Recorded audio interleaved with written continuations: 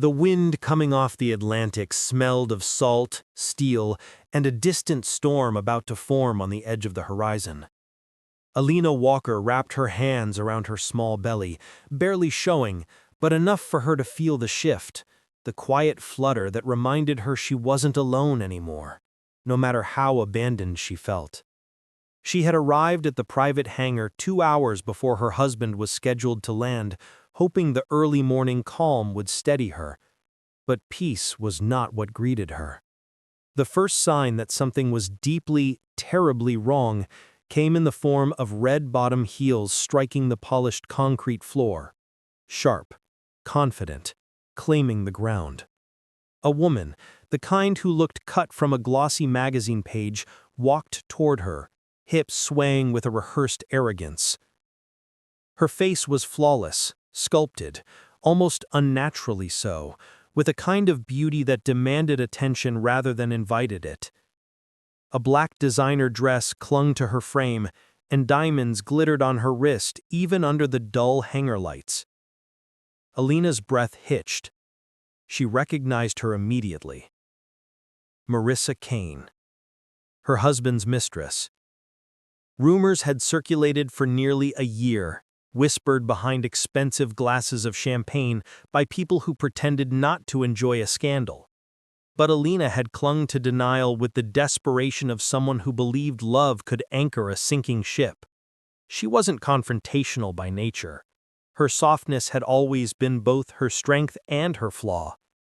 But pregnancy had changed something in her. She had grown quieter, yes, but firmer. A stillness that felt like resolve, born from protecting something fragile and new. Marissa stopped in front of her, lips curving into a smirk that didn't bother hiding its cruelty. "You're early," she said, voice smooth like a blade dipped in honey. "I'm here to meet my husband," Alina answered, keeping her tone steady. "Oh, sweetheart," Marissa laughed lightly. "No, you're here to watch." Alina frowned. "Watch what?" "Your life fall apart." Marissa tilted her head, assessing her with a disdain that made Alina's stomach burn. "He's choosing me, finally, and I'm going to make sure you walk away with nothing but that problem you're carrying." Alina instinctively stepped back, hand protectively covering her belly. "You need to leave." Marissa's smile widened at the small gesture, as if she were a cat watching a wounded bird flutter uselessly. "You really don't get it. He doesn't want you.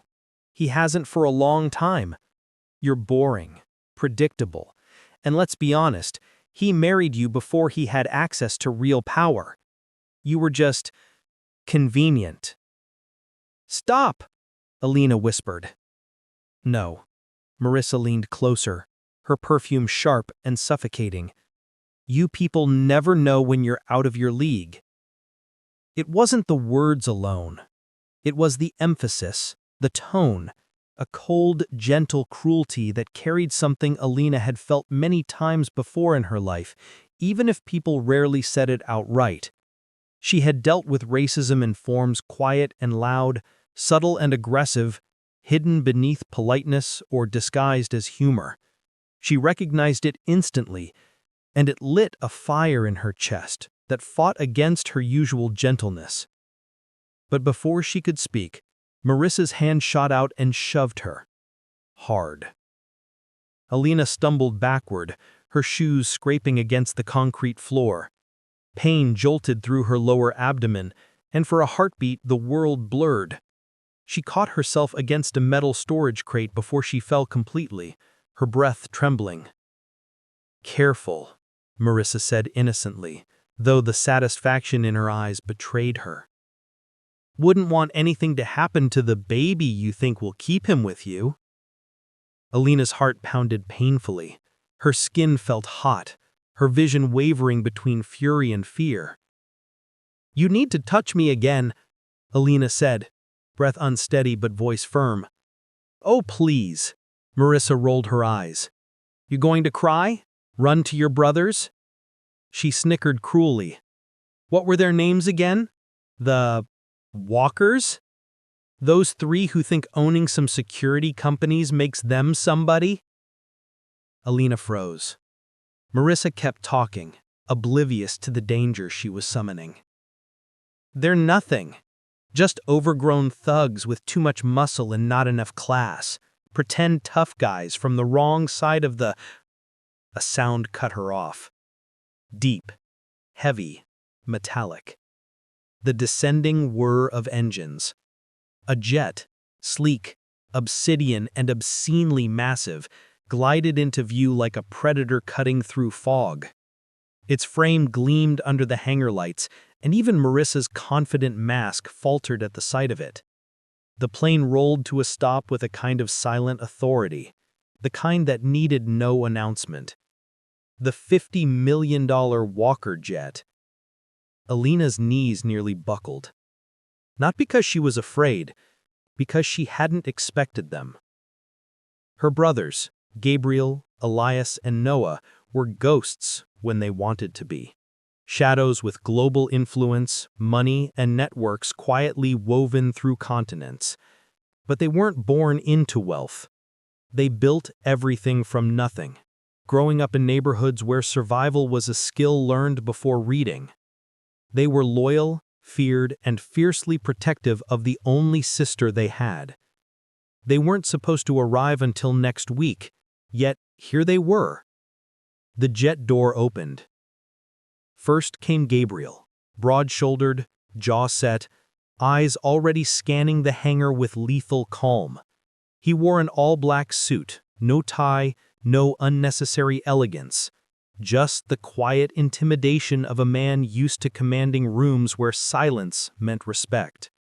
Next was Elias, taller, leaner, expression cold enough to make grown men rethink their choices. He adjusted his cuffs as if preparing for business, though his eyes burned with warning.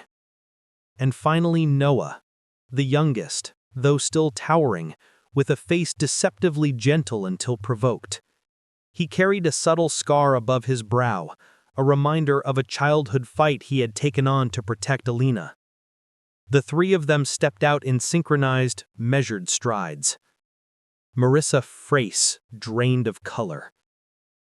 Alina exhaled shakily, tears pooling, not from fear or pain, but from the overwhelming relief of knowing she wasn't alone anymore. Gabriel's eyes locked on her instantly. Elias noticed her hand cradling her stomach. Noah saw the smear of dust on her dress where she had been shoved. And all three of them, simultaneously, stopped walking. The air turned heavy. Electric. Marissa swallowed hard, taking a tiny step back as the brothers approached. "Who touched you?" Gabriel's voice was low, controlled, but dangerous in a way that made the entire hangar feel smaller. Alina opened her mouth, unable to speak before emotion clogged her throat, but she didn't need to. Noah had already followed her gaze to Marissa, who stood frozen like a deer caught on an empty highway in the dead of night. Elias stepped closer to Alina, his voice gentler than the others. "Are you hurt?" "I'm okay," she whispered, though her voice trembled with emotion. Gabriel's jaw tightened. Noah cracked his knuckles. Elias's expression sharpened into ice. Marissa took another step back. I didn't mean." Gabriel cut her off quietly. "You put your hands on our sister." The storm outside finally broke, rain beginning to lash against the hangar roof. Inside, a different storm was just beginning. Rain hammered the metal roof like a warning drum, each strike echoing through the cavernous hangar. The massive Walker jet loomed behind the three brothers, its engines cooling with a slow, threatening hum. Alina felt the air shift, heavy, charged, and dangerous. Gabriel's eyes had changed. The calm darkness in them had transformed into something sharper, colder. Marissa sensed it too. Her heels clicked back a step. Let's not be dramatic. I didn't know she would fall. It wasn't even... She didn't fall, Noah said, his voice low. You pushed her. Marissa opened her mouth, but no words came out. Her shaky breath betrayed what she was trying desperately to hide. Fear. Real, bone-deep fear. Gabriel stepped forward, slow and deliberate. Say it again, he said softly. Tell me how you didn't mean it. Marissa's voice cracked. She didn't look so glamorous anymore. Mascara smudged slightly, lips trembling, her earlier arrogance dissolving like sugar in rainwater. It was a misunderstanding. Elias let out a quiet, humorless laugh. Mistakes happen, he said, but you didn't make a mistake. You made a decision. Marissa blinked rapidly, panic sharpening her features. Her gaze darted toward the hangar entrance, but the brothers were already positioned between her and the only exit. She was trapped, surrounded by men who looked like they'd walked off a battlefield rather than a private jet. Gabriel turned to Alina, scanning her face. She shoved you hard? His tone was gentle, only for her. Alina nodded. Yes. Noah's fists curled. He took a step forward, but Gabriel raised a subtle hand. Even in fury, he maintained control. Marissa, Gabriel said, turning back to her, do you know what happens when someone lays a hand on our sister? Marissa's throat bobbed as she swallowed. Look, I didn't know she was pregnant.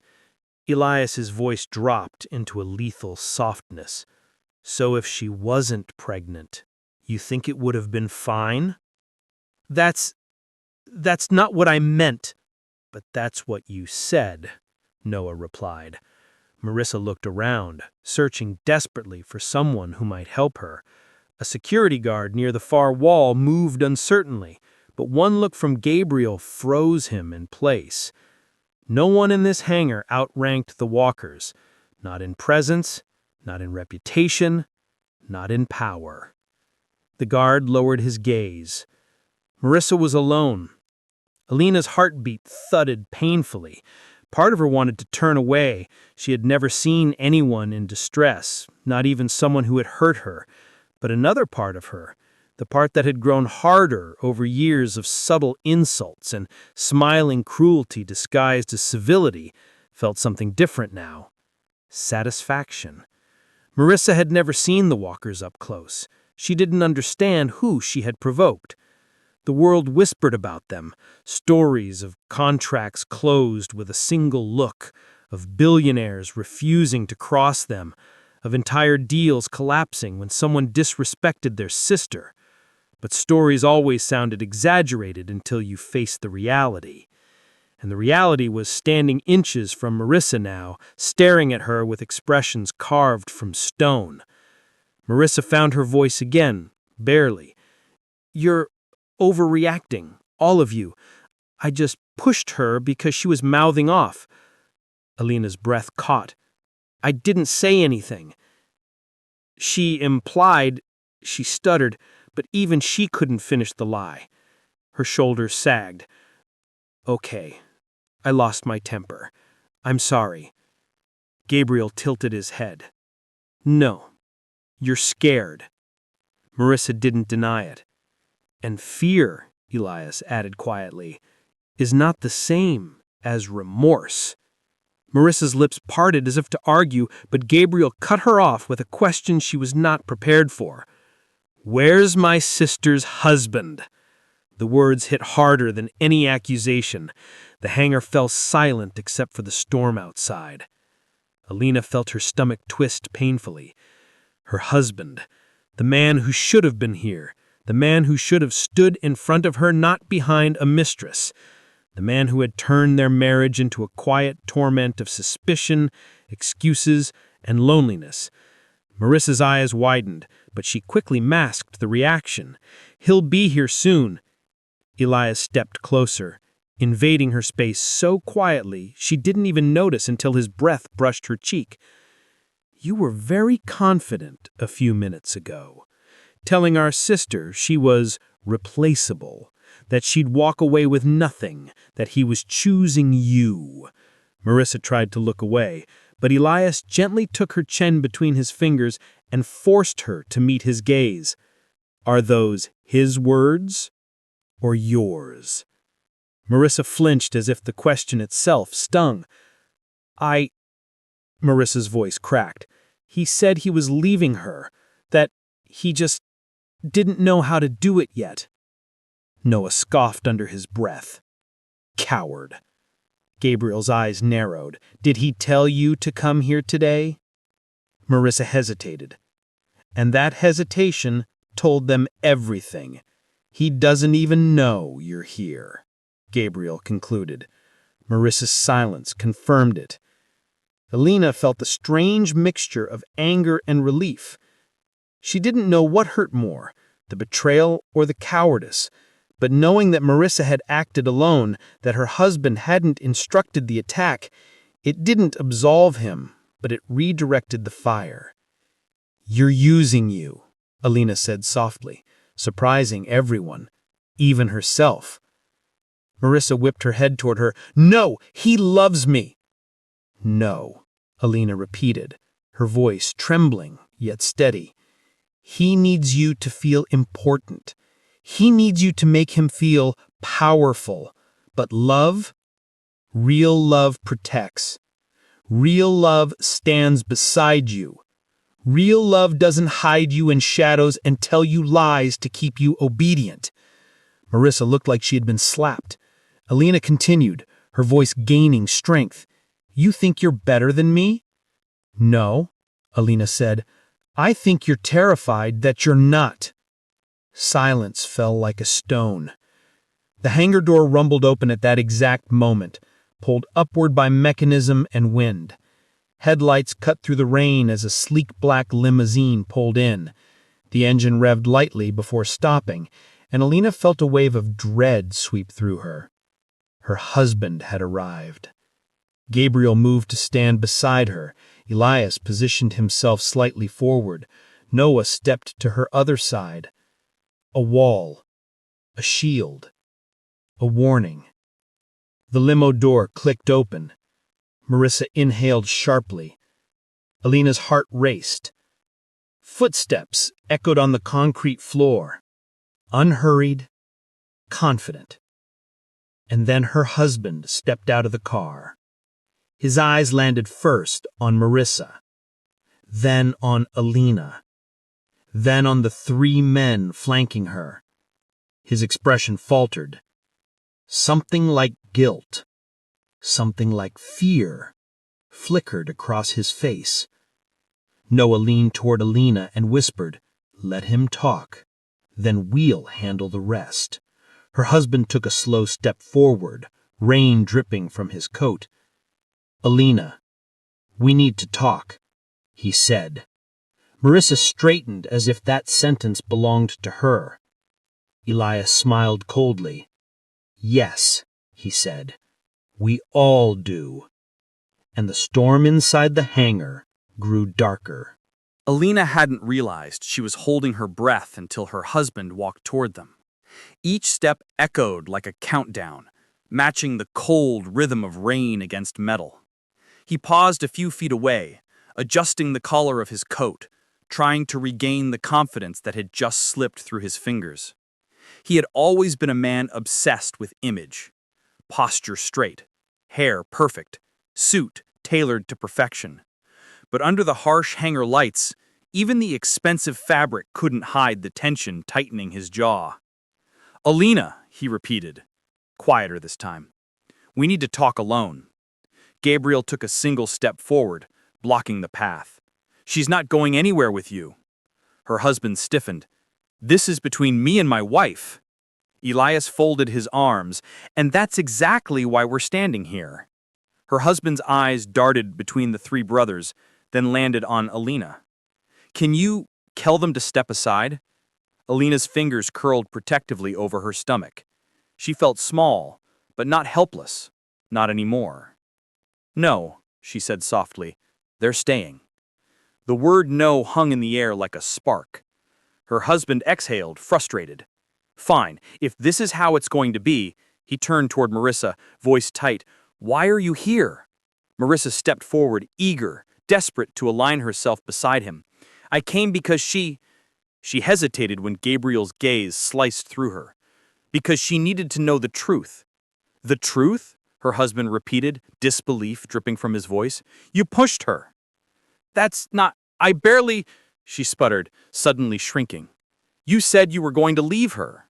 You said... I said we were having problems, he snapped. Not that you should show up here and put your hands on my wife. The word wife hit the air like a blade. For the first time, Marissa's face twisted. Not with arrogance, but betrayal. Oh, now she's your wife again? She shot back. You didn't say that last night. Alina's chest tightened painfully, but Noah placed a steady hand on her shoulder, grounding her. Her husband's composure cracked. Marissa, you need to stop talking. Why? She demanded, voice rising. Because you don't want the walkers to know you've been lying to both of us? The brothers exchanged a slow, dangerous glance. Gabriel turned toward him. His voice was calm, but calm in the way that men rethink their entire lives. What have you been telling her? He swallowed. It's complicated. Noah stepped forward. Complicated how? He didn't answer. Elias tilted his head. Let me guess. You told her you were leaving Alina, and you told Alina you were working late. Meanwhile, you were promising her trips, money, a place in your world she'll never fit into. Marissa's jaw dropped. Excuse me? Elias's eyes slid to her. You think he's going to marry you? Bring you to charity galas? Introduce you to investors? The board hates scandals. You'll be a liability before you're even a headline. Marissa's fury flashed. You don't know anything about me. Noah snorted. We know you pushed a pregnant woman out of insecurity. That's all we need to know. Her husband raised a hand, voice tight. Stop, please, just stop. We're all upset. We can fix this. Gabriel's smile was cold. No, you can't fix this. You caused this. Her husband groaned, running a hand through his hair. Gabriel, please, this is between me and my wife. You made it our business the second you let your mistress attack her. The word mistress hit Marissa like a slap. She stepped closer to him. Are you really going to let them talk to me like that? He didn't answer. She realized too late that silence was an answer. Marissa's voice cracked. You told me you loved me. He didn't deny it, but he didn't confirm it either. He stared at the ground, unable to face either woman. The sorrow in Alina's chest twisted into something sharper, colder. This wasn't the first time he'd chosen silence when she needed truth, but it was the last time she would tolerate it. No more lies, Alina said softly. Her husband looked up, startled by the steel in her tone. Alina? You love her? She asked. His throat tightened. I cared about her. I was confused. We were unhappy. That's not what I asked. He hesitated. No, I don't love her. Marissa sucked in a breath, as if struck. Elias watched her crumble like a glass figurine dropped from a height. There's your truth, he murmured. Her husband turned desperately back to Alina. I made mistakes. I won't deny that, but I never meant to hurt you. Alina stared at him, feeling something inside her slowly settle into place. Acceptance. Not forgiveness. Just clarity. You didn't hurt me today, she whispered. She did. Marissa's face twisted. Don't put this on me. He used you. He used me. You think he respects you more? You think... Gabriel silenced her with a single icy look. Noah stepped closer to Marissa. You need to leave. I'm not going anywhere, she snapped. He owes me... No, he owes his wife an explanation. You owe her nothing but distance. Marissa shook her head wildly.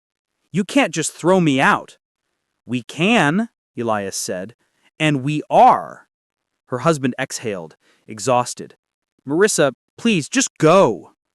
The words shattered her. No, don't do this to me. But he didn't take it back. He didn't run to her. He didn't defend her. He just stared at the floor, unable to face the wreckage he had created. Tears welled in Marissa's eyes, not delicate tears, but raw, angry ones. She raised a trembling finger at Alina. "This isn't over," she hissed. "You think you've won? You haven't. You're just the wife with a good last name. Without them," she gestured at the brothers, "you are nothing." Alina didn't respond. Gabriel did. He stepped forward, towering over her. His voice was so quiet, it chilled the air. "If you ever go near her again, if you ever threaten her again, you won't be able to walk into single room in this country without feeling our presence. Do you understand?" Marissa paled. "You can't threaten me." "That wasn't a threat," Gabriel said. "It was a promise." She backed away slowly, almost stumbling in her heels, until she reached the edge of the hangar. Rain soaked her hair and dress as she disappeared into the storm. Silence lingered after she left, cold, heavy, full of unspoken things. Her husband finally looked at Alina. "I didn't want it to happen this way." Noah stepped between them. "You don't get to decide how this happens anymore." Her husband's eyes widened. "This is my family." Noah shook his head. "No. You stopped being family the day you chose her over Alina." Gabriel turned to Alina. "What do you want to do?" The question hit her harder than anything else. For months she had felt powerless, pushed aside, lied to, humiliated quietly. But now? Now she had power, and 3 brothers willing to burn the world for her. Alina inhaled shakily, wiping a tear with the back of her hand. Her voice trembled, not with fear, but with new strength. "I want the truth," she said. "All of it." Her husband lowered his gaze. "And I want freedom," she whispered. His head snapped up. "Alina?" She didn't step back. She didn't cry. She simply held her belly and said, "I'm done being your secret, your burden, your convenience. I deserve better. My child deserves better." Her husband's face drained of color. Elias exchanged a look with Gabriel. Noah exhaled, almost proud. "You're leaving me?" he whispered. But Alina was no longer looking at him. She was looking at the exit, where Marissa had disappeared. Because something told her this wasn't over at all. This was only the beginning. The rain outside intensified, turning the world beyond the hangar doors into a sheet of silver. Inside, the air felt unnaturally still, as if even the storm was waiting for what Alina would say next. Her husband stood frozen, unable to process the quiet finality in her words. "Alina," he tried again, voice cracking. "Think about this. Think about our home, our life." "Our life?" she repeated softly. "Which part? The one you were living with me, or the one you were living with her?" He winced. "I made mistakes." "You made choices," Gabrielle corrected sharply. "Stop dressing them up." Her husband swallowed hard, the weight of 3 pairs of eyes pinning him down. He wasn't used to being the weakest person in any room, and it showed. His shoulders slumped, his expression flickered with guilt, fear, and something that looked suspiciously like regret. But regret wasn't enough. Not anymore. The brothers remained still, silent pillars on either side of Alina. They didn't push her to speak. They didn't speak for her. They simply stood there, unmoving, unwavering, reminding her she wasn't alone. For the first time in months, she felt grounded. Her husband stepped closer. "Alina, at least come home with me tonight. We can talk privately, please." Noah's jaw clenched. "She's not going anywhere with you, not after what happened today." Her husband turned to him, frustration breaking through. "This is my wife. I have the right—" Gabrielle stepped in front of Alina so fast her husband flinched. "Your rights ended the moment you allowed another woman to put her hands on her," Gabrielle said quietly. "You don't demand anything from her now." His husband looked genuinely stunned. "Allowed? I didn't allow anything. I didn't even know Marissa was coming here." Elias shook his head. Ignorance isn't innocence. The words struck deeper than any shout would have. His husband dragged a shaky hand over his face. He looked tired, older than she remembered. I didn't plan any of this. I didn't want it to explode like this. Alina felt a deep ache inside her. You didn't want to get caught. That's different. He opened his mouth, then closed it again. A bitter silence settled. Outside, thunder rumbled. His husband tried again, quieter. Alina, I know you're hurt, and you have every right to be, but please don't make decisions tonight, not when emotions are high. Funny, you weren't concerned about her emotions when you were sneaking around, Noah muttered. His husband glared at him. Stay out of this. Noah took one slow step forward, towering over him. Gladly, he said, the moment you stop hurting her. Gabrielle raised a hand, guiding Noah back with a small gesture. Let him speak, Gabrielle murmured. His husband exhaled shakily. Alina, I wanted to fix things between us. I swear I did. She looked at him, really looked at him, the man she had married, the man she had once trusted with every part of her life. But when she tried to connect that memory to the person standing in front of her now, there was a gap, a void. Something had broken long before today. How long? She asked. He froze. How long what? How long were you unfaithful? He avoided her eyes. Alina, that's not... No, she interrupted, her voice firm. Answer me. The brothers stilled, watching him with sharpened attention. His husband's shoulders sagged. 6 months. Alina's breath caught. She felt it like a kick to the chest. 6 months. 6 months of lies. 6 months of hiding. 6 months of pretending. And she was pregnant for almost 5 of those months. Her knees weakened, but Gabrielle's hand hovered near her back, not touching, but there, ready. Her husband saw the devastation on her face and panicked. Alina, please, don't look at me like that. It wasn't what you think. I was stressed, we were fighting, you seemed distant. Distant? She repeated, trembling. I was pregnant, tired, sick, overwhelmed. I was carrying our child. He closed his eyes, shame rippling through him. I know I failed you. I wasn't there when you needed me, but I swear I never stopped caring. Caring isn't enough, she whispered. Not anymore. He stepped closer. Please, come home. Let's talk. Let's try again. Noah scoffed. You don't get a second chance just because you're scared of losing her. His husband snapped back. This is our marriage. And this is our sister, Gabrielle countered, voice icy. We will not let you guilt her into staying. His husband's face flushed with humiliation and anger. You would tear apart a family over one mistake? One mistake? Elias repeated, disbelief in his voice. Infidelity is not a mistake, it's a pattern. His husband's voice rose, breaking. You don't understand. No, you don't understand, Alina cut in gently.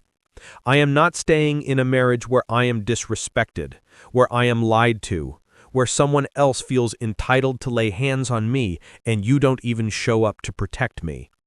I didn't, he insisted. That's the point. You didn't know. You weren't there. His husband's whole body seemed to deflate. He realized too late that this wasn't a fight. This was a goodbye. Alina, his voice cracked. Don't do this. She wiped a tear from her cheek, her fingers trembling. I didn't do this, she whispered. You did. He reached toward her, but Gabrielle stepped between them instantly. His husband froze, hands suspended midair. You need to leave, Gabrielle said. Tonight. His voice broke. You can't keep her from me. Elias answered, calm and cold. We're not keeping her. She's choosing to walk away. His breathing turned ragged. Alina, please, don't take my child from me. Alina's heart twisted painfully, but she didn't step back. I'm not taking anything, she whispered. You already lost what mattered most. I'm just accepting it." He looked as if the ground beneath him had vanished. For a long moment, no one moved. Finally, he took a shaky step back. His eyes glistened, but he blinked the tears away before they could fall. "I'm not giving up," he whispered. "Not on us, not on my child." Alina didn't respond. He slowly turned away, every step heavier than the last.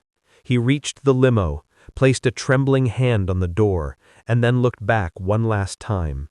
But the brothers had already closed ranks around Alina, a wall he could no longer reach. The limo door shut, the engine revved, and he disappeared into the storm. Alina felt her body sway, exhaustion crashing over her like a wave. Noah caught her elbow gently, steadying her. "You okay?" he murmured. She nodded, even though she wasn't sure. Because deep down, beneath the heartbreak, beneath the pain, beneath the betrayal, a new feeling had begun to grow inside her. Strength. But far away, somewhere in the rain-swept darkness, Marissa was not done. Not even close. The house felt too quiet that morning. The kind of quiet that didn't feel peaceful, but heavy, like the calm before a violent storm. Amelia sat on the edge of the bed, her phone resting on her lap. Lucas's text messages still unread because each one felt like a needle through her skin. The bruise on her arm had turned a deep purple overnight. She touched it gently and winced. She wasn't used to being this fragile. She wasn't used to feeling unsafe in her own home. And as much as she wanted to pretend nothing had changed, she couldn't. Tessa's rage, the push that nearly sent her down the rain-slick stairs, the hatred in her eyes, it wasn't something she could forget or forgive anymore. She inhaled deeply, resting her hand on her growing belly. The baby moved, a soft flutter that made her eyes sting because it was the only reminder of joy she still had. "I'm here," she whispered. "Mommy's here. I won't let anything happen to you." She wished that promise felt true.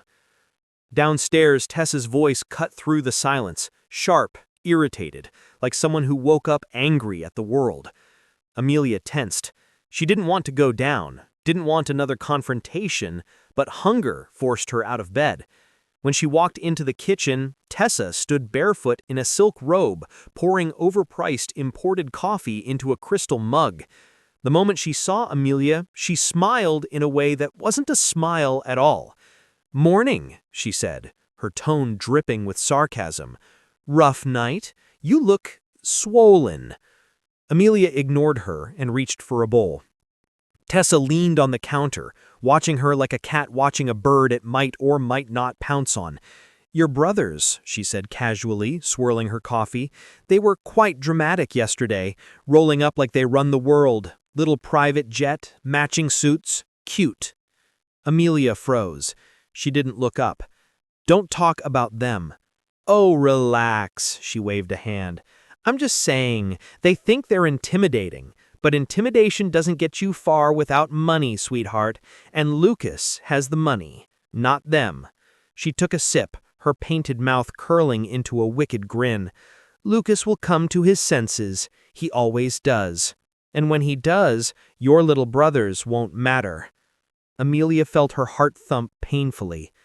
"Lucas won't choose you," she said quietly. She tilted her head. "He already did." Before Amelia could respond, the door opened and Lucas walked in, dressed in a crisp suit, looking exhausted but determined. His eyes flicked immediately to Amelia, then to Tessa, then back. Something darkened in his expression. "Can I speak to you?" he asked Amelia. Tessa stepped forward, looping her arm through his. "Anything you want to say to her, you can say in front of me." Lucas pulled his arm away, surprising both of them. "Tessa, enough." His voice was low, frustrated, close to breaking. "I'm not doing this." Tessa blinked. "Doing what?" "Pretending this is normal." Amelia felt her heart beating too fast. She didn't want Hope. Hope had tricked her before. Lucas ran a hand through his hair. "I talked to your brother last night," he said to Amelia. "You did?" "He told me everything. Everything you didn't say." His eyes softened, guilt settling on him like a second skin. "Why didn't you tell me she pushed you? Why didn't you tell me she hurt you?" Tessa laughed loudly. "Oh my God, wow. You're really falling for their dramatics? Lucas, baby, they stormed in like wannabe action heroes." "Stop!" Lucas's voice cracked like thunder. "You pushed my pregnant wife." The room went silent. Tessa's smile wilted. I didn't push her. She slipped. She exaggerates." "You grabbed her arm." His voice shook. "You threatened her. You've been tormenting her for months." Tessa's eyes widened, then narrowed. "She's lying." "I saw the bruise." Lucas's chest rose and fell rapidly. "And I won't let you near her again." The mug in her hand trembled.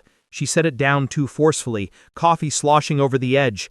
"You're choosing her over me?" "I'm choosing what's right," he said. A cold, haunted stillness settled over Tessa. Her voice dropped. "Do you think you can embarrass me like this, after everything I've done for you? Who got you your biggest investors? Who got you into the international circuit? Me." Lucas didn't respond. She stepped closer, eyes burning. "Do you know why those investors trusted you? Because of me. Because I told them you weren't some naive boy with a black wife nobody important would respect." The words hit the air like poison. Amelia flinched as though they struck her physically.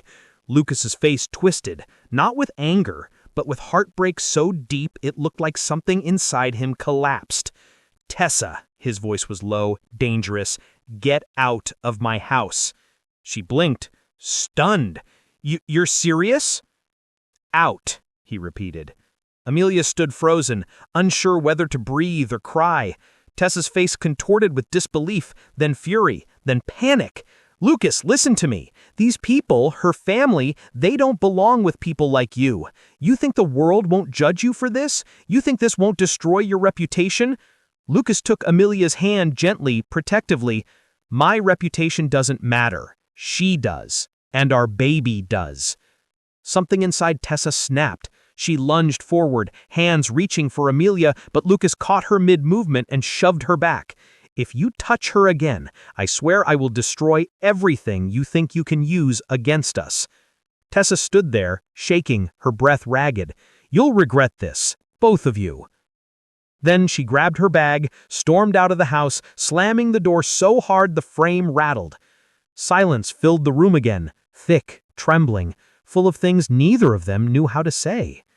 Amelia couldn't speak. Lucas stepped closer, his voice soft. "I'm sorry," he whispered, "for not seeing it, for letting it go this far. I swallowed. I was scared. I know. But I'm here now, and I'm not letting anyone hurt you again." For a moment, she believed him. But moments later, Lucas's phone buzzed. He frowned when he saw the caller ID. His lawyer. He stepped away to answer it. Amelia listened from across the room, her heart tightening as his face drained of color. "What?" he whispered into the phone. "How is that possible?" A cold fear climbed Amelia's spine. When he hung up, he turned toward her slowly, eyes wide with something close to dread. "Tessa filed a report," he said, "against your brothers." Amelia's breath left her body. "What kind of report?" Lucas swallowed hard. "Assault, intimidation, threat, with a weapon." He looked at her, guilt and disbelief twisting inside him. "She's trying to get them arrested, Amelia." Her legs weakened. "She's trying to get revenge," he said softly. "And she's not done yet." Outside the house, the distant sound of engines rumbled in the morning air. Amelia's heart stopped. Her brothers were back. And the war Tessa just started was about to get a whole lot bigger. The engines grew louder as they approached, that deep, rumbling sound that always made Amelia's nerves tighten. Not because her brothers frightened her, but because she knew the world never quite knew how to handle them. 3 powerful black men stepping out of luxury vehicles or jets always made people look twice, judge twice, fear twice. And now, with Tessa's false report hanging over them like a blade, those looks would turn into something worse. She stood by the window, her fingers pressed lightly against the glass, her heart thumping as she watched the first black SUV roll up the driveway. The vehicle gleamed in the morning sunlight, tinted windows hiding the storm inside. Lucas stepped beside her silently, both of them frozen for a long moment as the SUV stopped. The door opened. Michael stepped out first. He looked different today, calmer, colder. His eyes scanned the property like a man coming to assess damage. He wore the same tailored suit, but there was a stiff tension in his shoulders that hadn't been there yesterday. Behind him, David and Elijah got out of the second SUV, both dressed in black, both looking like they hadn't slept. Amelia's chest tightened.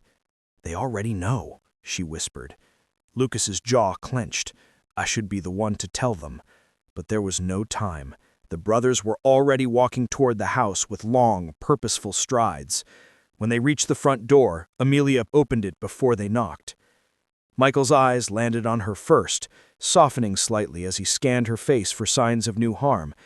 "You okay?" he asked quietly. She nodded. "I'm fine." His gaze flicked to Lucas, harder now. "We heard she left." Lucas exhaled. "Yes, I made her." David's voice was low. "Good.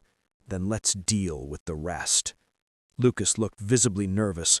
"Before we talk about anything, there's something you need to know." Elijah crossed his arms. "We already do." Lucas blinked. "You do?" Michael pulled a folded paper from his jacket and handed it to him. "One of my lawyers got a copy of the complaint this morning." Lucas's face fell. "I'm so sorry. I swear I didn't know she was going to do that." Michael's tone was controlled but icy. "She claims we assaulted her, that we threatened her with a weapon, that we broke into your home, that we are part of some violent criminal organization." He looked Lucas in the eye. "You realize what this is, right?" Lucas nodded slowly. "A setup." Elijah scoffed. "Setup? It's a racist hit job, Lucas. She wants us in cuffs. She wants our sister alone and vulnerable again. She wants power." Amelia swallowed hard. "We'll clear everything. We have to." David stepped forward. "It's not that simple. Her father is on the board of the city council. Her cousin is a deputy chief. She's pulling strings." Lucas ran a hand through his hair. "I'll call the DA. I'll call everyone." Michael raised a hand, stopping him. "This isn't about who you can call. This is about what she's trying to do." He looked at Amelia gently. "She wants us gone, so she can get to you." Amelia felt a sting in her eyes, but she blinked it away. "I'm not scared anymore." Lucas's gaze softened toward her. "You don't have to be. I won't let her near you again." David stepped to Lucas, his voice low and direct. "Intentions aren't enough anymore. We trusted you once. We won't make that mistake again." His words were harsh, but not hateful, just protective. Lucas nodded, absorbing it. Then Michael stepped inside, gesturing toward the living room. "We need to talk, all of us, before this situation becomes something none of us can control." They sat, Amelia on the large couch, Lucas beside her, the brothers standing at first, pacing restlessly before finally taking seats opposite. For a long moment, no one said anything. The tension felt like a thick fog. Finally, Michael spoke. "We traced the call." Lucas frowned. "What call?" "The one Tessa made after you kicked her out." Michael's voice was crisp. "She didn't go home. She went straight to a political fundraiser. We have photos." Amelia felt chills spread through her. What was she doing there? Elijah leaned forward, meeting people who can make her lies stick. Lucas shook his head. "I'll talk to her. Maybe she's just acting out of anger." David gave him a look that could cut steel. "Lucas, she tried to push her pregnant wife down the stairs. She filed a false police report. She's not angry. She's dangerous." Lucas looked down, shame rising in him. "I know." Amelia reached for his hand, surprising even herself. "We'll get through it," she whispered. Michael nodded toward her. "That's why we flew back. Not to fight, to protect." His eyes sharpened. But we need a plan, and we need it now. Elijah pulled out a sleek tablet. I've been tracking her movements for the last 6 hours. She met with 3 people, her father, her cousin, and a lawyer. He tapped the screen. All of them have influence, all of them have biases. David added, they want to make this a public spectacle. A wealthy white woman being threatened by 3 black men. They'll milk that angle for sympathy. Amelia felt sick.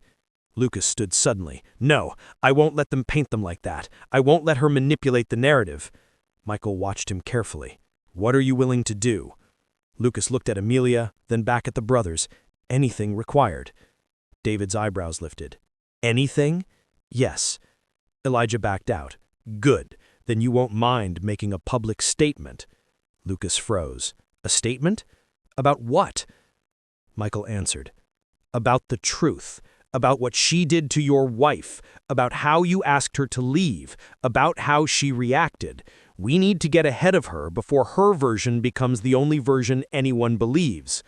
Lucas hesitated. If I go public, my investors... Amelia stiffened. Michael's expression sharpened. Your wife and child come before your investors. A long, heavy silence followed. Then Lucas nodded once. You're right. David sighed with relief. Good, because once you speak up, the DA will think twice before moving on her complaint. Elijah added, and will release footage. Lucas blinked. Footage? Michael tapped his pocket. Your front porch camera caught everything yesterday. He looked directly at Lucas. That includes her grabbing Amelia's arm. Amelia pressed her hand to her mouth. Lucas felt weight lift off his shoulders. Thank God. But then Elijah said something that made everyone freeze. That's not all it caught.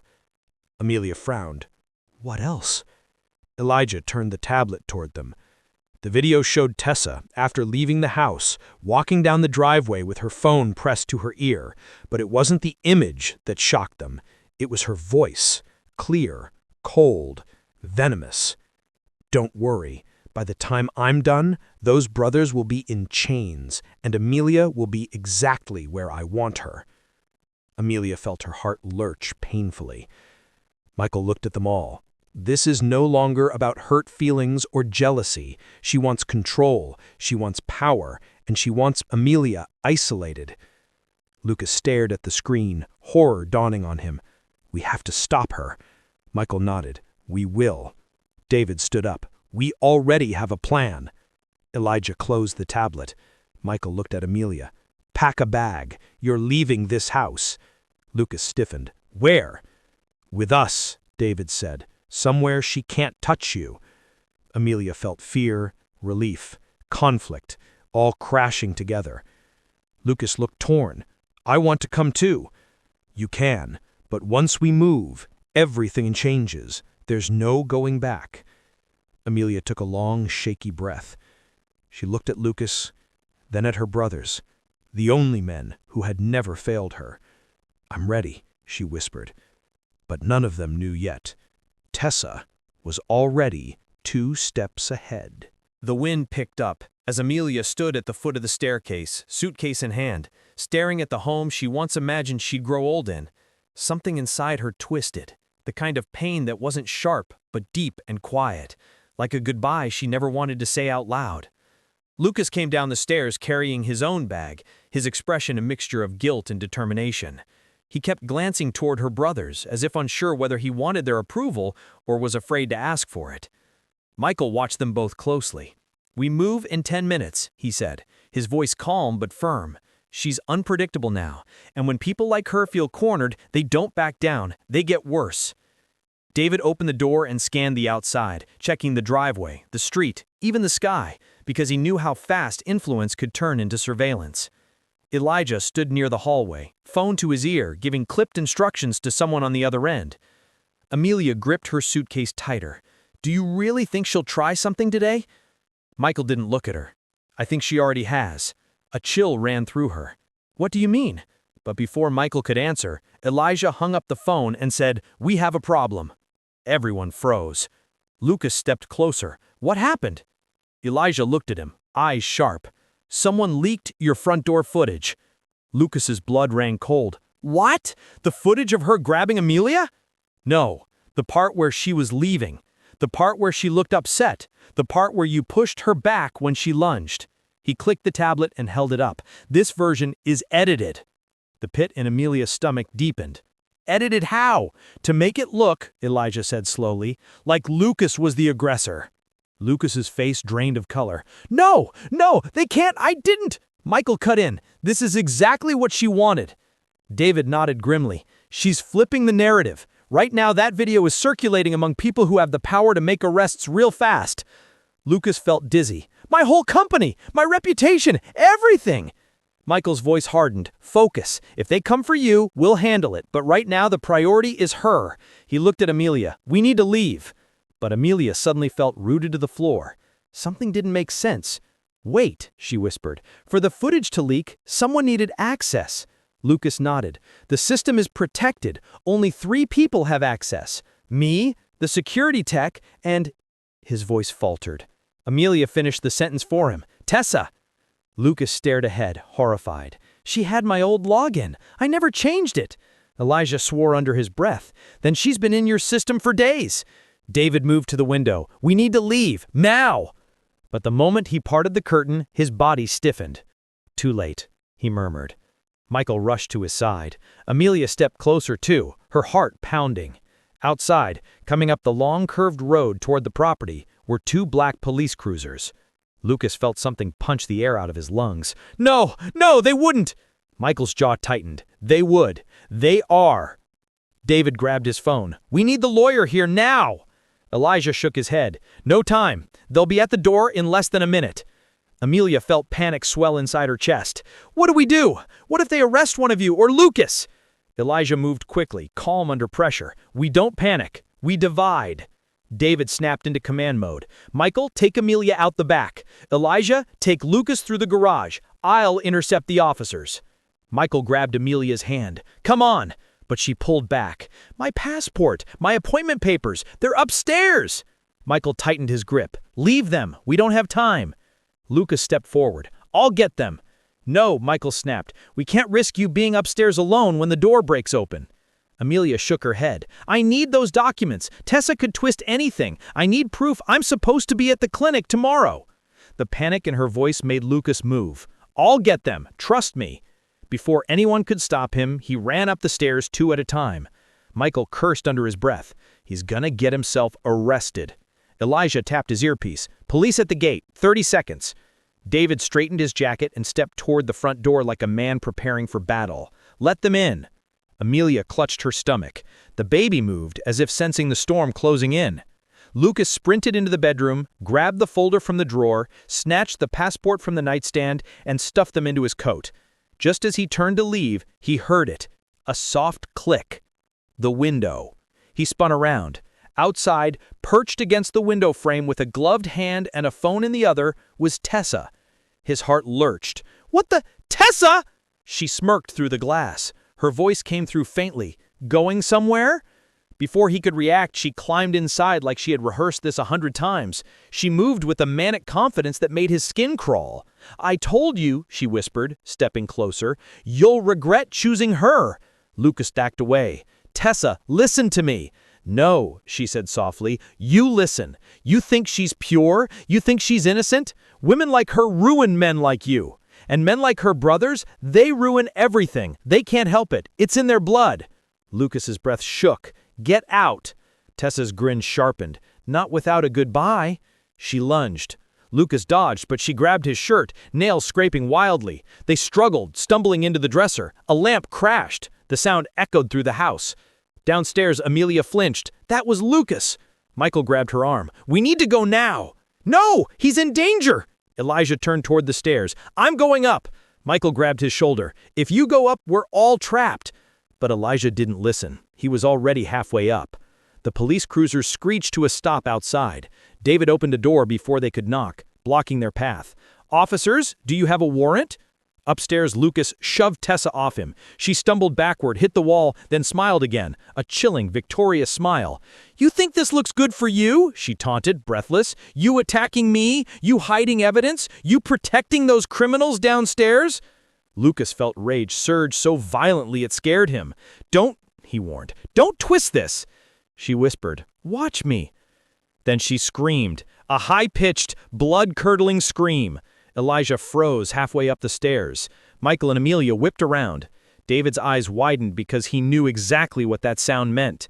The police heard it too. Footsteps thundered inside. "Someone's in danger!" one officer shouted. They pushed past David and ran upstairs. Amelia gasped and tried to run after them too, but Michael held her back. The officers reached the bedroom just as Tessa fell onto the carpet dramatically, clutching her arm, tears streaming on command. "He hit me! He tried to kill me!" Lucas stared at her, speechless. Elijah's fists clenched. The officers turned on Lucas, hands already reaching for their cuffs. Amelia screamed his name. Tessa smiled at her, a slow, poisonous smile. And in that moment, Amelia understood something with terrifying clarity. Tessa didn't just want revenge. She wanted to destroy them piece by piece. Lucas, her brothers, her peace, her future. This wasn't a war anymore. It was an execution in slow motion. The hallway filled with frantic echoes, heavy boots, radio chatter, Amelia's voice breaking as she screamed Lucas's name. Her heart thrashed painfully inside her chest, like it wanted to tear free and run to him before the officers could take him away. Michael held her back with both arms, not rough, but immovable. "Amelia, stop," he said firmly. "They'll arrest you too if you interfere." "I don't care," she cried, twisting in his grip. "She's lying! She's setting him up!" Elijah reached the top of the stairs just as the officers forced Lucas against the wall, one holding his arm behind him while the other shouted commands he wasn't even resisting. "Sir, don't move." "I'm not resisting," Lucas said through clenched teeth. "I didn't touch her. She attacked me." "Shut up and keep your hands where we can see them," the officer barked back. Tessa sat on the carpet at their feet, shaking, face buried in her hands, giving the perfect performance of a terrified, fragile victim. Angelina Jolie couldn't have done it better. Elijah stepped forward, voice razor-sharp. "Back up off him, now." One officer turned, hand sliding toward his taser. "Sir, stay where you are." David appeared behind Elijah, calm but tense. "Officers, you're making a mistake." "You," the officer shouted, pointing at David, "stay on the stairs." Every instruction was louder at them than at Lucas. Every glance carried suspicion. Every movement came loaded with the silent accusation they'd been fighting since childhood. Black men in a wealthy neighborhood. Black men near a white woman screaming. Black men in a house that didn't look like it belonged to them. The narrative was older than all of them. Older than justice itself. Tessa sniffled dramatically, raising her head just enough for the officers to see her tear-smeared cheeks.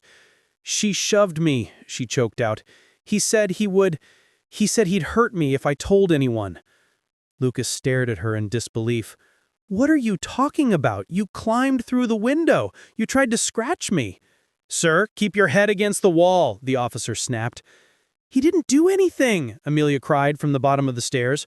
Her voice shook so hard the words barely held together. Michael squeezed her arm gently. "Not yet," he whispered, "until we know what angle they're playing."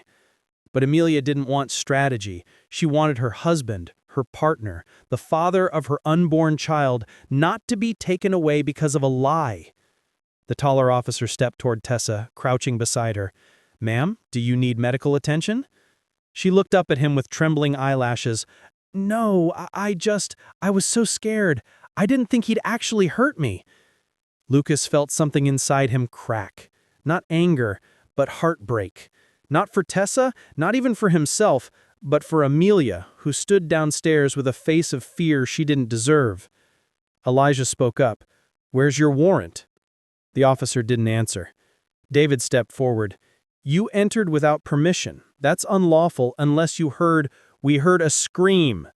"Which she manufactured," Elijah shot back. "We'll determine that after questioning," the officer said, gesturing for the cuffs. Lucas swallowed hard. "Amelia!" She climbed the stairs with shaking legs, slipping out of Michael's grip. Her brothers watched her go but didn't stop her. She reached Lucas, eyes wet, breath uneven.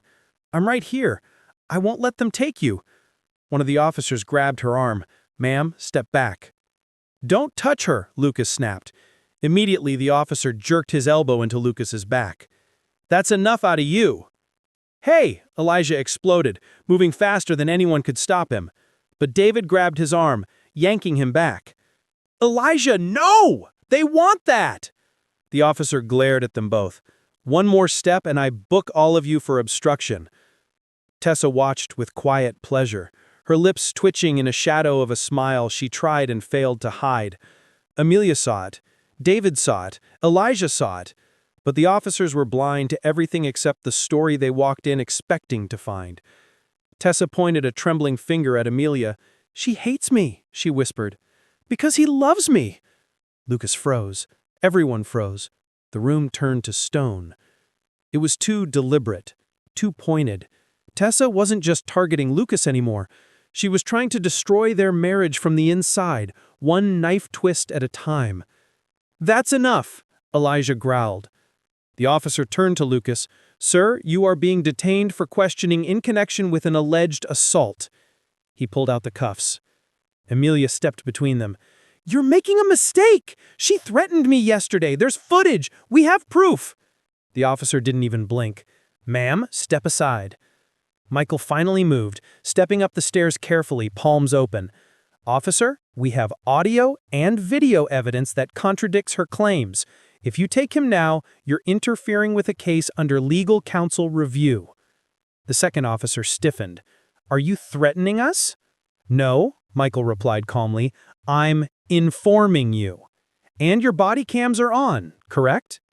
Both officers hesitated. David suddenly smiled, slow and cold. "Good, because we're about to make everything very clear." He reached into his jacket and pulled out a small USB drive. "This contains the full porch footage, unedited." He extended it toward the officer. "And a recording of her saying she intended to put us in chains." Tessa's face drained of color. The officer didn't take the USB. "We will review evidence at the station." "It'll be reviewed publicly," Elijah added, "with timestamps, metadata, the whole chain of custody, because our lawyers filed a preliminary defense motion an hour ago." The officers exchanged a glance. They hadn't expected resistance. They definitely hadn't expected evidence. But then officer number one made a decision. He clicked the cuffs shut around Lucas's wrists. Amelia gasped, "No!" Lucas closed his eyes. "It's okay," he whispered. "I'll be okay." But his voice trembled. Tessa's smile returned, small, triumphant, until a voice thundered from the front door. "Unhand him!" Everyone turned sharply. A man stood in the doorway, tall, composed, wearing a charcoal suit that fit like it was tailored around authority itself. His presence filled the entire entrance. His eyes locked onto the officers with a force that made even David straighten slightly. Amelia blinked. "Who?" Michael exhaled. "Finally." The man walked forward, flashing a badge that wasn't a local officer's. It was federal. "My name is Special Agent Daniel Rhodes, and you are all in violation of an ongoing federal investigation." The officers froze. "What investigation?" Agent Rhodes motioned toward Lucas. He stays." He turned to Tessa. "You stand up." Tessa's smile collapsed. Because she knew that tone, she knew that look, and she knew, for the first time, that she wasn't the one holding the power anymore. The engines of the Blackwell brothers' jet were still cooling on the far corner of the estate runway when Isaiah's phone vibrated again. This time it wasn't a call. It was a notification from a private investigator he had on retainer, someone he kept for emergencies, for situations where the truth mattered more than convenience. The message was blunt. "Found something. You're going to want to see this. Urgent." Isaiah inhaled deeply, still standing by the front gates where he'd watched Evelyn's limousine depart earlier. In the distance, the guards escorted her through the long driveway, making sure she didn't double back or try to contact Richard. A small part of him had hoped she'd look back with remorse. She hadn't. She'd kept her chin lifted high, as if she were the victim. Elijah approached from behind. "He called you?" "PI found something. Says it's urgent." Micah crossed his arms. "Good or bad?" Isaiah considered it. "Considering our luck this week, probably both." They walked back toward the mansion where Anna was resting upstairs. Richard stayed glued to her side like a man making up for years of mistakes in a single night. She'd permitted him to stay, though she still didn't hold his hand, didn't lean on him. Not yet. Forgiveness wasn't something she gave away cheaply. Not after being humiliated in front of his staff. Not after being kicked while pregnant. Not after years of him allowing Evelyn's presence in their life. When the brothers entered the grand room, Richard looked up with red-rimmed eyes. "Are you leaving again?" he asked, worry creeping into his voice. "No," Isaiah said evenly. "Not unless we need to. We just need to hear something. You stay with her." Richard nodded, relieved, and returned his attention to Anna, brushing a strand of hair from her forehead. She wasn't asleep, just exhausted, emotionally and physically drained. "You'll tell me if anything changes," she whispered. "We will," Elijah promised gently. Downstairs, they gathered around the long walnut table in the study. The walls smelled faintly of cigar smoke and old books. The PI's voice crackled through the speakerphone as soon as Isaiah called the call. "I've been digging into Evelyn's history like you requested, and I found something unexpected." "Talk," Isaiah commanded. "Evelyn isn't who she claims to be. Her name is real, Evelyn Hart, but her background isn't what she's been feeding the tabloids. She was never independently wealthy, never self-made. She was trained." Micah frowned. "Trained? For what?" "To infiltrate wealthy families." A long, cold silence filled the room. Elijah leaned forward. "Explain." "She was groomed by a small but very real group. Women hired by certain corporate interests to get close to powerful married men, destabilize their marriages, and influence financial decisions from the inside. These women are paid extremely well to gain access, sow division, and then leverage the emotional chaos to influence deals." "Blackmail," Micah muttered. "Not always," the PI continued. "Sometimes it's manipulation. Sometimes it's access. Sometimes it's quietly pushing the man into signing things he normally wouldn't." Isaiah felt something cold crawl up the back of his neck. "You're telling me Richard wasn't chosen by accident. He was targeted." Micah slammed his palm against the table. "So this wasn't just jealousy or drama. This woman was literally sent to break up their marriage." "Sent?" Elijah repeated quietly. "By who?" "There's no name. They never give names. But Evelyn received quarterly wire payments from a shell corporation in the Caymans. Last payment was 6 days ago." Isaiah felt his jaw clench until it hurt. 6 days ago, when Anna was nearly 2 months into her pregnancy, when Evelyn had begun acting even bolder, even more aggressive, when she had started dropping hints about wanting Richard to announce their relationship publicly. "This gets worse," the investigator added. "There's footage." Isaiah exchanged a sharp look with his brothers. "Footage of what?" "A phone conversation Evelyn had with a handler 2 nights before she attacked Anna." Elijah exhaled sharply. "Send it." Within seconds, a file appeared on Isaiah's phone. He opened it. The audio wasn't perfect, but it didn't need to be. Evelyn's voice was unmistakable, smooth, cold, rehearsed. "Richard is cracking," she whispered. "Once his wife is out of the way, everything will fall into place. He'll sign whatever I want. He already trusts me more than her. It's practically done." A man's voice responded. "She's pregnant. That complicates things." "That won't matter," Evelyn replied with chilling certainty. "A woman like her doesn't belong in their world anyway. The staff already laughs at her. She's too dark, too quiet, too fragile. I'll push her out." Isaiah froze. Elijah's fists curled slowly at his sides. Micah whispered a curse under his breath. The man in the recording asked, "And if she doesn't leave?" Evelyn's answer made the room feel like it stopped breathing. "Then I'll make sure she does." The recording clicked off. None of the brothers spoke for almost a full minute. Even Elijah, usually the calmest, looked ready to flip the table. Isaiah broke the silence. She wasn't acting alone. She wasn't even in love with Richard. She just needed to isolate him. And she used race to do it, Micah growled. She used prejudice as a weapon. She almost succeeded, Elijah murmured. If Anna hadn't fought back today, if we hadn't arrived... Isaiah rubbed his forehead. We need to tell her. No, Elijah said quickly. Not yet. She's already been through enough. Her body can't take more emotional shock. And she's pregnant. Micah nodded slowly. We protect her, first.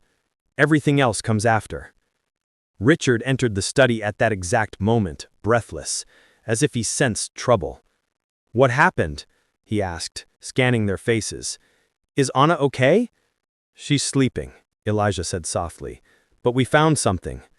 Richard approached, confused, and still fragile from guilt.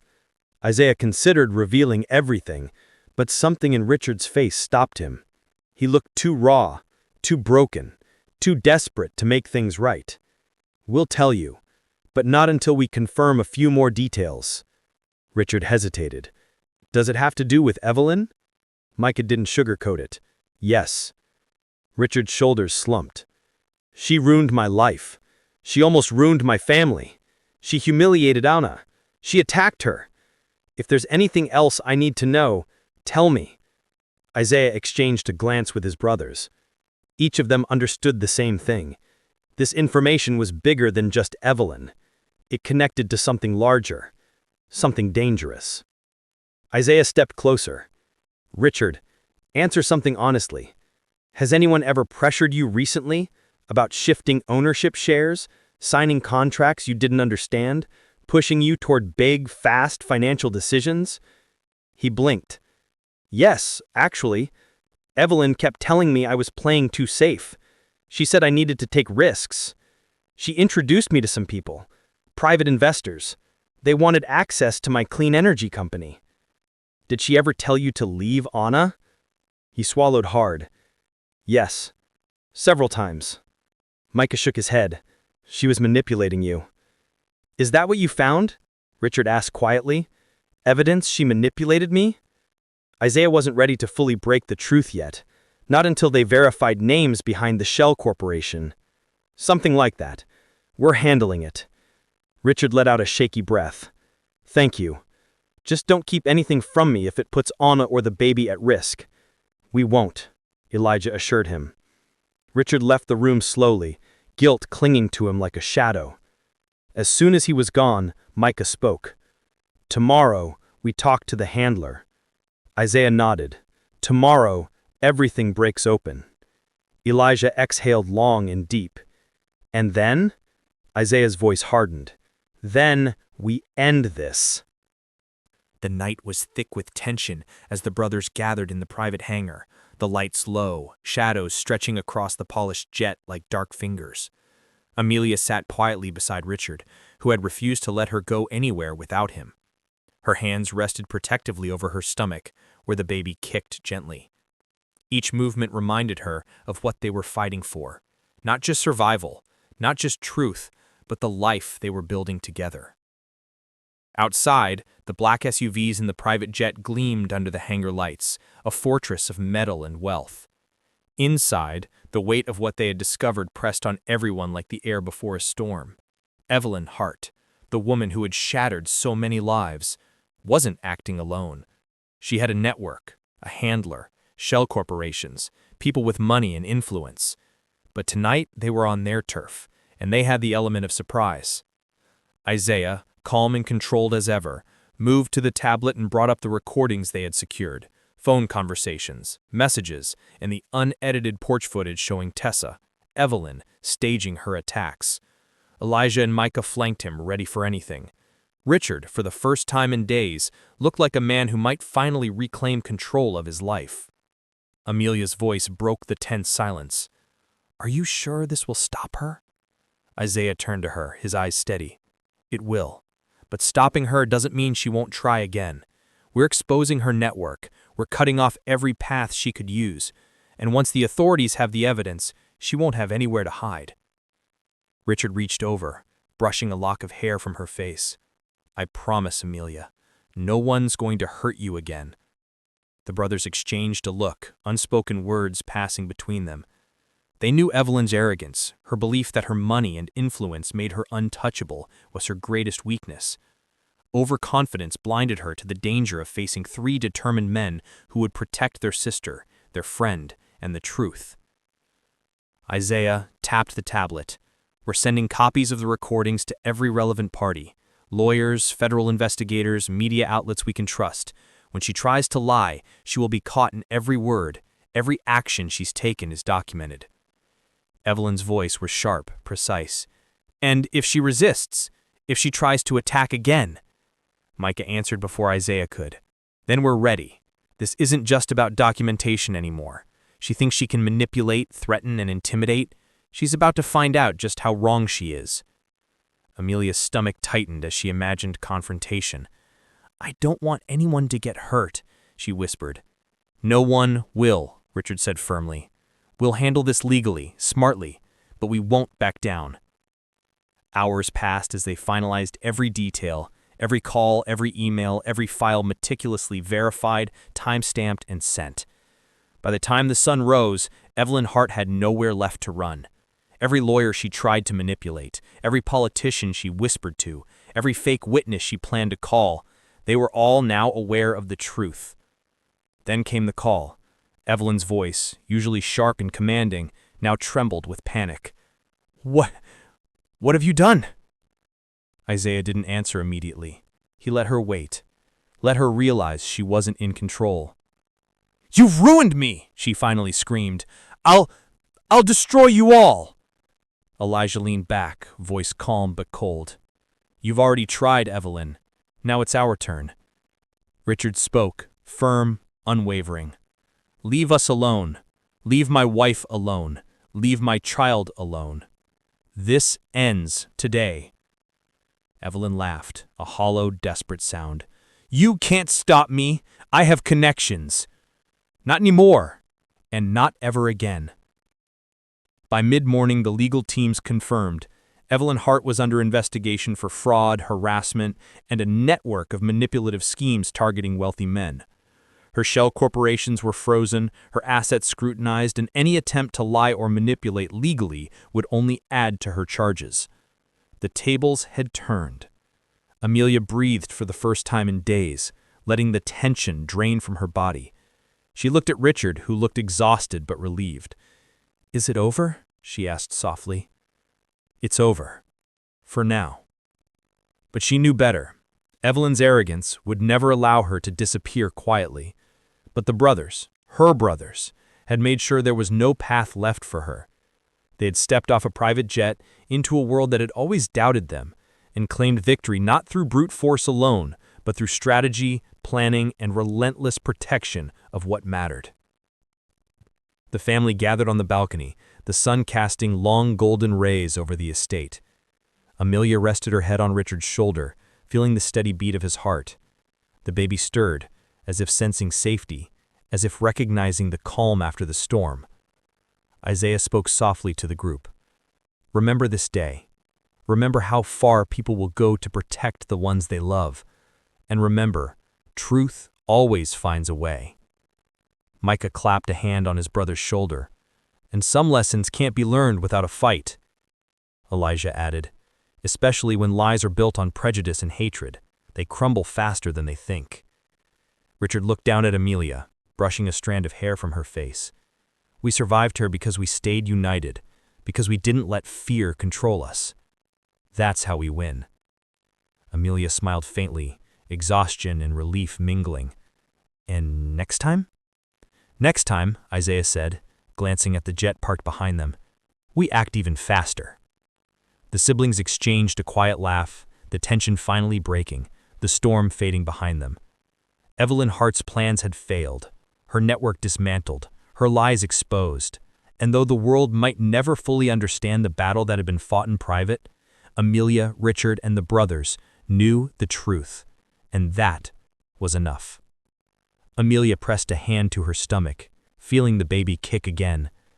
"We're safe," she whispered. "Yes, and will always be." The sun rose higher, casting the estate in warm, forgiving light. Shadows retreated, and for the first time in weeks, Amelia allowed herself to hope. Outside, the engines of the private jet hummed softly, a reminder that power, when used correctly, could protect rather than destroy.